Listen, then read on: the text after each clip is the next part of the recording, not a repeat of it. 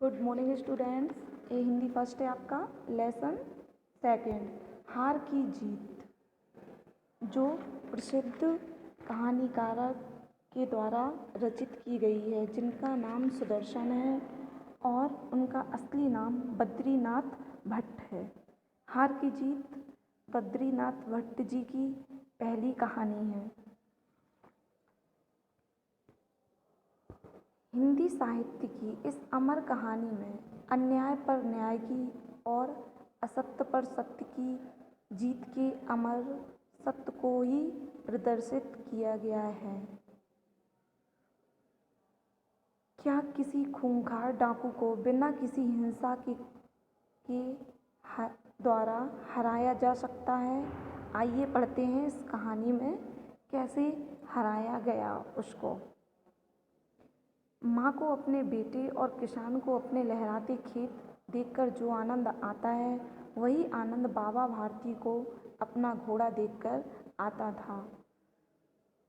भगवत भजन से जो समय बचता था, वो अपने घोड़े को अर्पण करते थे।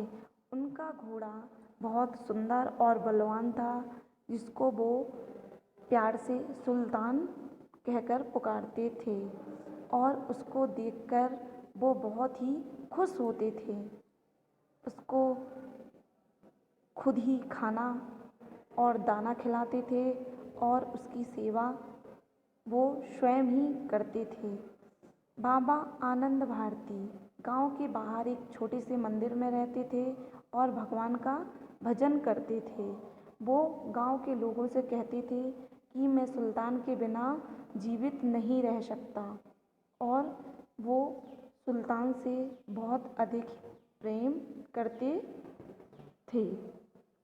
खड़क सिंह इस इलाके का एक प्रसिद्ध डाकू था, जो लोगों को बहुत ही डराया करता था। लोग उसका नाम सुनकर ही कांपते थे। एक दिन सुल्तान की कीर्ति उसके कानों तक ही पहुंच गई और उसने सुल्तान के बारे में बहुत कुछ सुना गांव के लोगों के द्वारा।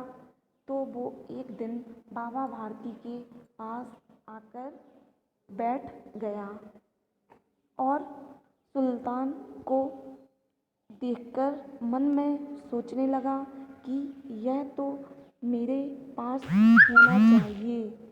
यह घोड़ा बहुत ही अच्छा है और इसको बाबा क्या करेंगे रखकर। इस घोड़े को तो मैं ही रख सकता हूँ। बाबा भारती उस घोड़े से बहुत ही प्रेम करते थे और बहुत ही स्नेह उनका घोड़े से था। खड़क सिंह मन में सोचने लगा कि और बोला बाबा भारती से कि मैं इस घोड़े को आपके पास ज़्यादा टाइम तक रहने नहीं दूंगा और आपसे छीन लूँगा। बाबा भारती उसकी इस बात से डर गए और उनको सुल्तान के खोने का गम होने लगा और वो रातों को अब सोते भी नहीं थे, क्योंकि उन्हें डर था कि कहीं खड़क सिंह उनसे उनका प्यारा सुल्तान छीन ना ले। लेकिन कई दिनों बाद वो असावधान हो गए। एक दिन बाबा अपने घोड़े में जा रहे थे, तभी डाकू खड़क सिंह अपाहिज बनके बाबा से मदद लेने के लिए आया और बाबा से बोला कि मैं एक अपाहिज हूँ, मुझे थोड़ा दूर जाना है और आप मेरी मदद कर दीजिए। तभी बाबा ने उसकी मदद कर दी। जैसे ही बाबा ने घोड़े के ऊपर खड़क सिंह को बैठाया, वो घोड़े को लेकर जाने लगा। तब बाबा ने कहा, रुको खड़क सिंह, यह घोड़ा तुम्हारा हो चुका है, मैं इसको वापस नहीं लूँगा, लेकिन मैं तुमसे कुछ कहना चाहता हूँ। मेरी प्रार्थना केवल यह है कि इस घटना को किसी के सामने प्रकट न करना। खड़क सिंह अब सोचने लगा कि बाबा को सुल्तान से इतना प्रेम था, लेकिन उन्होंने एक बार भी कुछ नहीं कहा। कुछ ना कहने का उनको ऐसा लगा कि शायद बाबा का कोई प्रयोजन हो या किसी वजह से बाबा ऐसा कर रहे हैं। वो बहुत सोचता रहा। फिर बाबा भारती की ओर से मुड़कर चला आया, लेकिन उसको इस बात का गहरा प्रभाव पड़ा और उसने सोचा कि बाबा भारती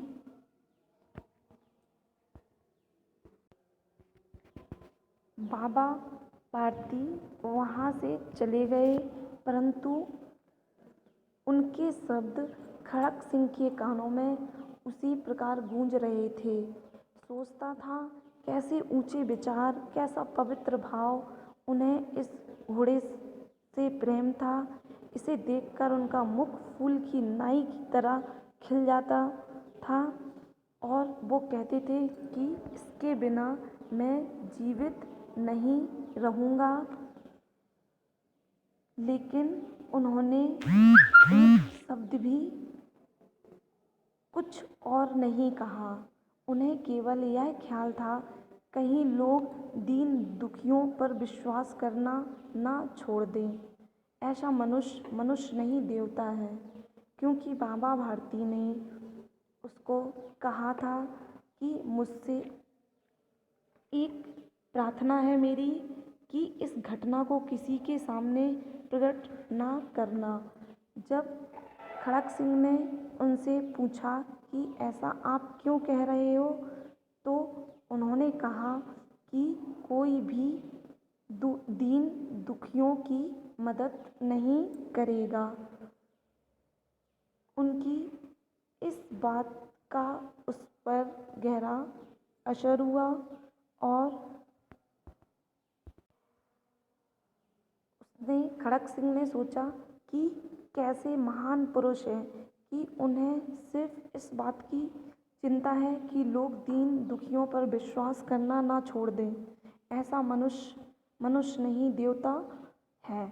और वो रात के अंधकार में सुल्तान को बाबा के मंदिर के पास छोड़ गया। बाबा को सुल्तान का आभास हुआ और वो सुल्तान को गले से लगाकर रोने लगे, जैसे एक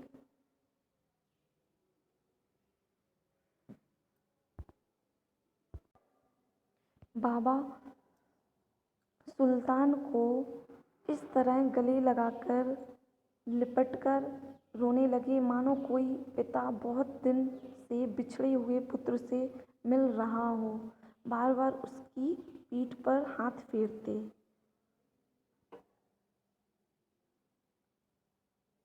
फिर वे संतोष से बोले, अब कोई दीन दुखियों से मुँह ना मोड़ेगा। पाठ के मुख्य बिंदु हैं, जैसे कि बाबा भारती नामक संत का अपने घोड़े सुल्तान के प्रति विशेष लगाव, खड़क सिंह द्वारा उस घोड़े को धोखे से ले जाना, बाबा भारती द्वारा यह घटना किसी को ना बताने की प्रार्थना करना, खड़क सिंह का हृदय परिवर्तन और घोड़े को वापस करना। जीवन मूल्य, इस कहानी से हमें ये शिक्षा मिलती है कि हमें पशु प्रेम की भावना रखनी चाहिए, सेवा भावना रखना चाहिए और माँ